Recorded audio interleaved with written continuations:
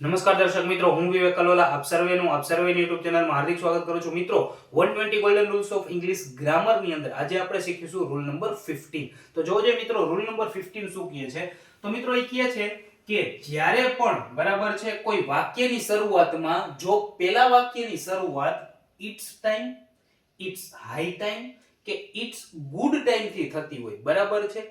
જો કોઈ પણ તમને કમ્પ્લીટ સેન્ટેન્સ આપેલું છે, બરાબર છે, અને એની અંદર બરાબર બે વાક્યો અથવા તો બે સેન્ટેન્સ હોય અને પહેલા વાક્યની શરૂઆતમાં તમને it's time, it's high time કે ઇટ્સ ગુડ ટાઈમ આપેલું હોય તો એના પછી તરત જે વાક્યની શરૂઆત થશે, બરાબર છે, એ વાક્ય હંમેશા સાદા ભૂતકાળમાં જ લખવામાં આવશે, બરાબર છે. એટલે કે એ વાક્યની અંદર બરાબર છે હંમેશા સબ્જેક્ટ પછી V2 જ આવશે, બરાબર. અને સબ્જેક્ટ નો આપેલો હોય, બરાબર છે, તો ડાયરેક્ટ V2 જ આવશે. ટૂંકમાં બીજા વાક્ય છે, બરાબર. એટલે કે એ સેન્ટેન્સ નું બીજું વાક્ય શેમાં લખવામાં આવશે તો કે સાદા ભૂતકાળની અંદર, સિમ્પલ પાસ્ટ ટેન્સ ની અંદર. ક્લિયર છે મિત્રો? જોઈએ આપણે એના ઉદાહરણો જોઈએ. શું છે કે ઇટ્સ ટાઈમ, બરાબર છે, એટલે પહેલા વાક્યની શરૂઆત છે ઇટ્સ ટાઈમ થી થઈ ગઈ છે.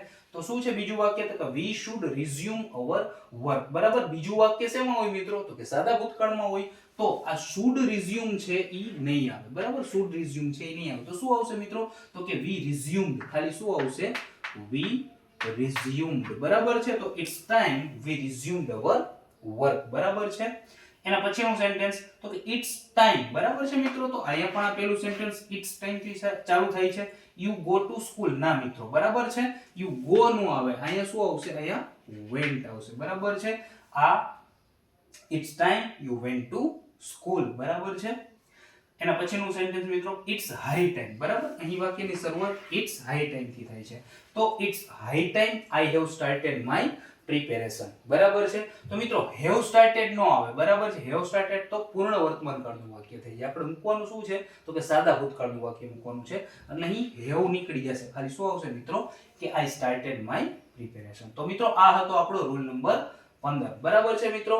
તો આશા રાખું છું, બરાબર, કે તમને આ રૂલ છે, બરાબર, એ બહુ સારી રીતે હું સમજાવી શક્યો હોઈશ. આવતીકાલે નિર્ધારિત સમય ઉપર આપણે રૂલ નંબર 16 ની સાથે મળીશું. ત્યાં સુધી જય હિન્દ, જય Bharat, good bye, take care, thank you so much.